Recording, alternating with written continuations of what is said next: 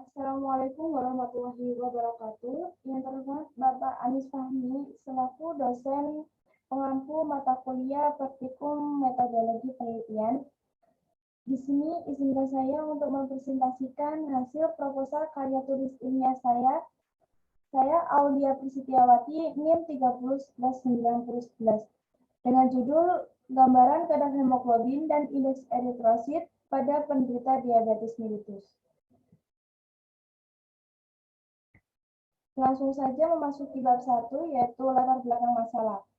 Yang pertama, menurut data World Health Organization, WHO menyebutkan bahwa tercatat 422 juta orang di dunia menderita diabetes mellitus. Yang kedua, menurut IDF, pada tahun 2013 terdapat sekitar 382 juta kasus diabetes mellitus. Pada tahun 2015 terjadi peningkatan menjadi 415 juta kasus diabetes mellitus. Kemudian pada tahun 2017 terjadi peningkatan kasus diabetes mellitus menjadi 425 juta kasus. Yang ketiga, menurut data Sample Registration Survey tahun 2014 menunjukkan bahwa diabetes merupakan penyebab kematian terbesar nomor 3 di Indonesia dengan persentase sebesar 6,7%. Yang keempat, menurut data Kemenkes Republik Indonesia pada tahun 2020, Indonesia sebesar 10,7 juta penderita diabetes mellitus. Yang kelima, menurut data Rikesdas tahun 2020, pada Jawa Timur sebesar 2,6% penderita diabetes mellitus. Pada Kota Kediri sendiri di tahun 2020 terdapat 5,17% penderita diabetes mellitus yang ada di Provinsi Jawa Timur. Selanjutnya ada identifikasi masalah. Dilihat dari jumlah penderita diabetes mellitus yang semakin bertambah tidak menutup kemungkinan adanya hiperglikemia yang tidak terkontrol, sehingga dapat mengakibatkan adanya komplikasi. Pada keadaan hiperglikemia yang tidak terkontrol, dapat menyebabkan adanya perubahan eritrosit, mulai dari morfologi, struktur, dan fungsinya. Sehingga untuk memonitoring perubahan tersebut dapat dilakukan dengan pemeriksaan hemoglobin dan indeks eritrosit. Rumusan masalah berdasarkan latar belakang di atas, maka dapat dirumuskan masalah yaitu bagaimana gambaran kadar hemoglobin dan indeks eritrosit pada penderita diabetes mellitus.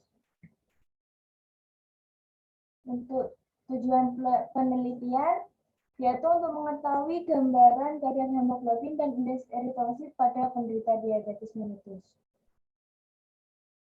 Manfaat penelitian yaitu yang pertama bagi tenaga analis kesehatan untuk memberikan pengetahuan dan informasi mengenai gambaran kadar hemoglobin dan indeks eritrosit pada penderita diabetes mellitus. Yang kedua, bagi institusi pendidikan, penelitian ini dapat memberikan wawasan dan informasi bagi institusi pendidikan mengenai tentang gambaran kadar hemoglobin dan indeks eritrosit pada penderita diabetes mellitus.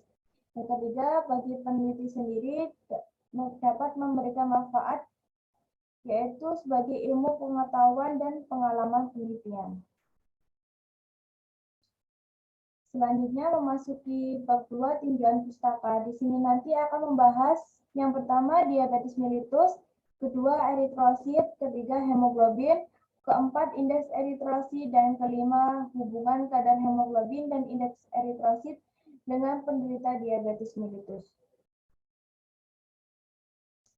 Selanjutnya, diabetes mellitus. Definisi dari diabetes mellitus merupakan suatu penyakit yang dikenal masyarakat Indonesia dengan nama kencing manis.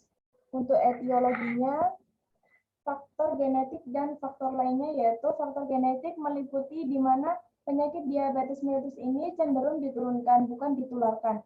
Dan faktor lainnya yaitu nutrisi yang berlebihan ini merupakan risiko pertama penyakit diabetes mellitus.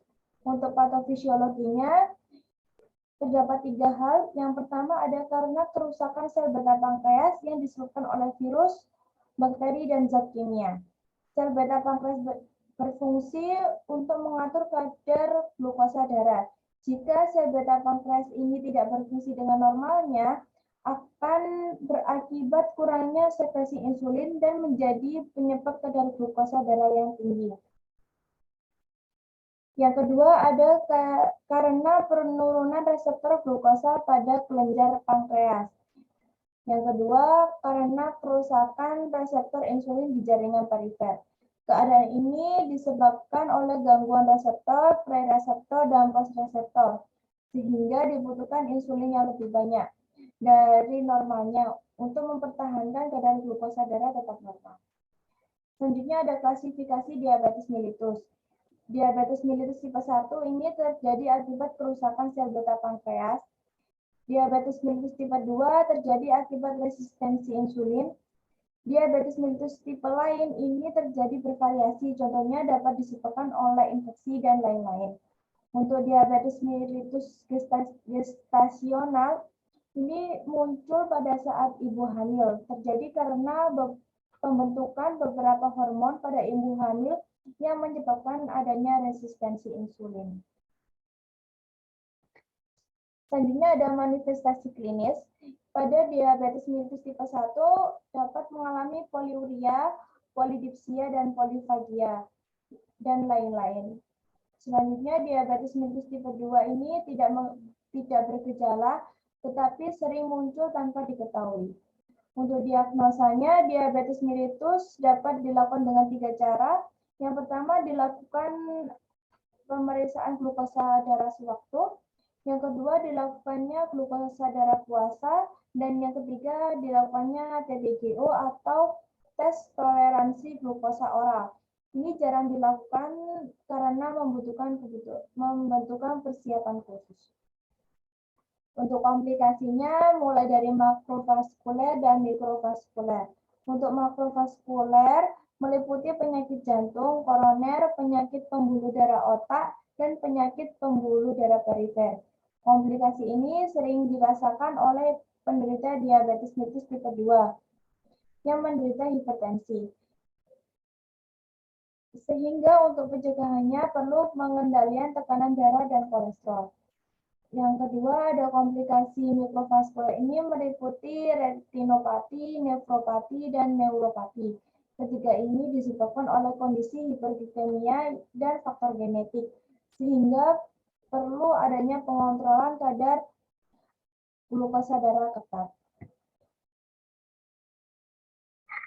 Selanjutnya yaitu eritrosit. Definisi dari eritrosit adalah komponen darah yang memiliki fungsi untuk mengangkut hemoglobin. Untuk morfologinya yaitu berbentuk susunannya kompleks, berbentuk lempeng bikonkav dengan diameter 8 mikrometer dan tebalnya 2 mikrometer. Untuk pembentukan eritrosit ini pada minggu pertama dilakukan pembentukan eritrosit dari kehidupan embrio. Pada trimester kedua, eritrosit diproduksi oleh sel hati dan akan diproduksi sejumlah eri oleh limfa dan kelenjar limfa. Pada trimester ketiga hingga dewasa, eritrosit hanya diproduksi oleh sumsum tulang dan pembentukannya diatur oleh eritropoietin. Untuk jumlah dari eritrosit pada pria 4,5 sampai 6,5 juta, pada wanita 3,8 sampai 8 juta. Untuk fungsinya yaitu mengikat dan mengedarkan oksigen ke seluruh organ tubuh manusia. Selanjutnya faktor-faktor yang mempengaruhi jumlah eritrosit. Yang pertama ada jenis kelamin. Pada wanita dan laki-laki jumlah erinya berbeda. Pria lebih banyak daripada wanita karena pria dipengaruhi oleh hormon androgen. Yang kedua, usia jelas berbeda karena tingkatan usia memiliki range normal yang berbeda-beda. Yang ketiga ada geografis. Biasanya orang yang tinggal di pegunungan cenderung memiliki jumlah eri yang lebih banyak dibandingkan yang tinggal di daratan rendah. Yang keempat ada kondisi tubuh. Ini contohnya jika terjadi peredaran pendarahan sel, maka eri akan turun. Dan jika terjadi infeksi, maka secara spontan eritrosit akan meningkat.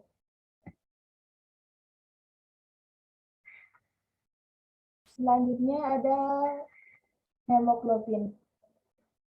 Definisi dari hemoglobin adalah pigmen yang mengandung zat besi dalam sel darah merah yang berfungsi mengangkut oksigen dari paru-paru ke semua sel dan jaringan tubuh. Untuk pembentukan hemoglobin dimulai dari eritroblast dan terus berlangsung sampai tingkat normoblas dan retikulosit. Untuk fungsinya sendiri yaitu membawa oksigen ke seluruh tubuh. Batas kadar hemoglobin pada anak usia 6 bulan sampai 6 tahun yaitu 11 gram per persen. Yang kedua pada anak usia 6 tahun sampai 14 tahun 12 gram persen. Ketiga pada pria dewasa 13 gram persen. Yang keempat wanita dewasa 12 gram persen. Faktor yang mempengaruhi kadar hemoglobin yaitu pada pendarahan, kelainan pada sel darah merah, usia, dan aktivitas fisik. Metode pemeriksaan dari hemoglobin yang pertama ada metode Sahli, metode Sianmed, metode POCT, dan metode hematologi analisis.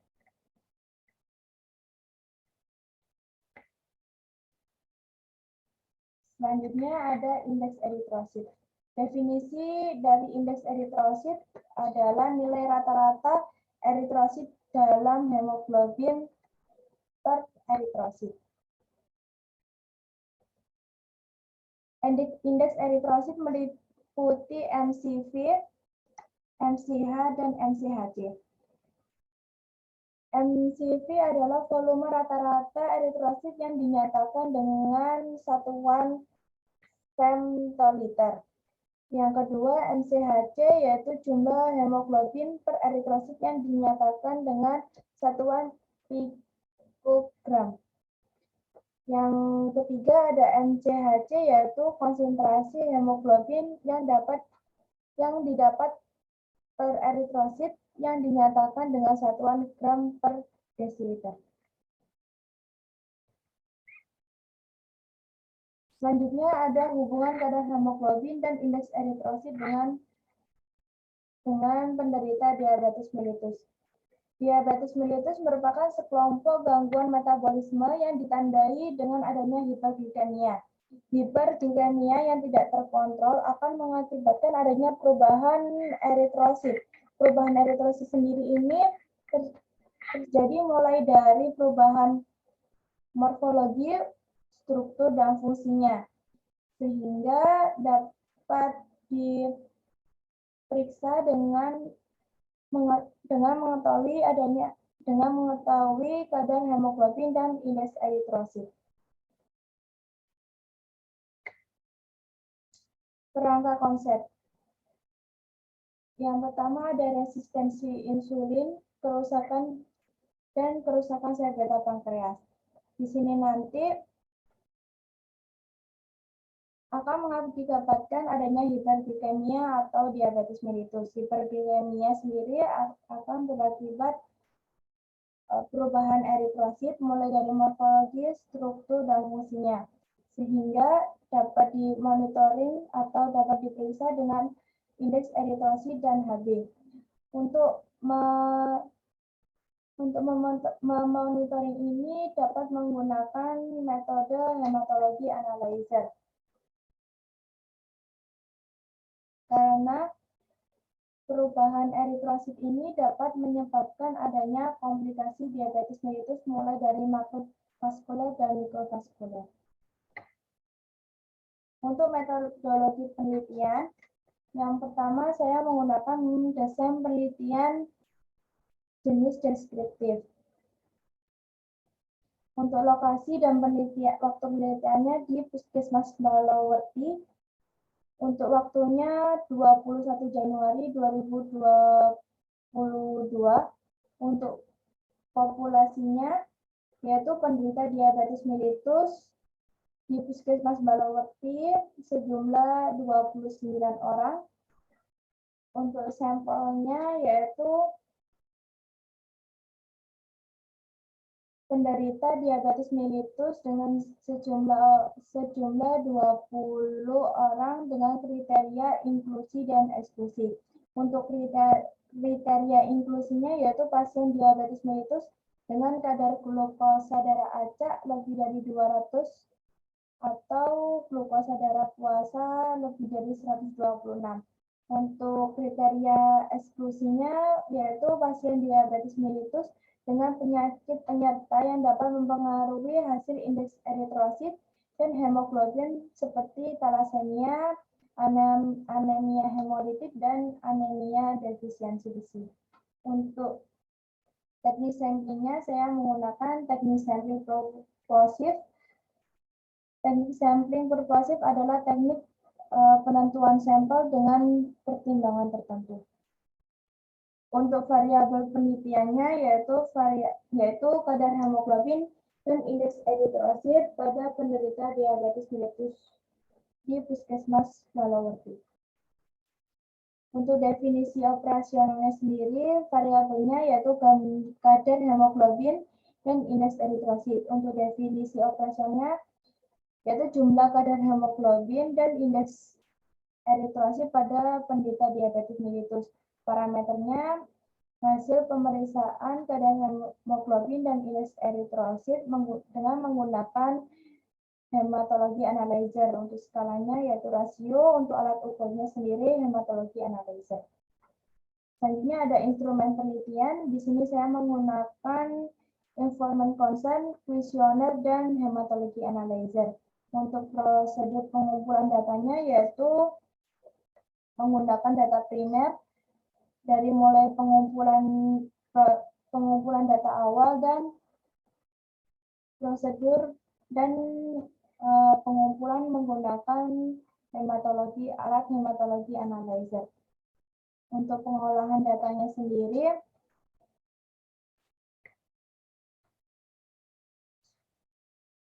yaitu dengan editing, coding, dan tabulasi. Selanjutnya, kerangka kerja penelitian. Yang pertama, populasi penderita diabetes mellitus di Puskesmas Balawerti, Kota Kediri. Selanjutnya, dengan menggunakan teknik sampling, menggunakan purposif sampling, dan spesimen darah dengan penambahan antikoagulan K3-DTA. Selanjutnya diperiksa dengan kadar dilakukan pemeriksaan kadar hemoglobin dan indeks eritrosit. Selanjutnya didapatkan hasil dan dilakukan pengolahan data dan analisis data dan dapat disimpulkan. Terima kasih. Presentasi dari saya, ada kurang lebihnya mohon maaf. Saya akhiri. Wassalamualaikum warahmatullahi wabarakatuh.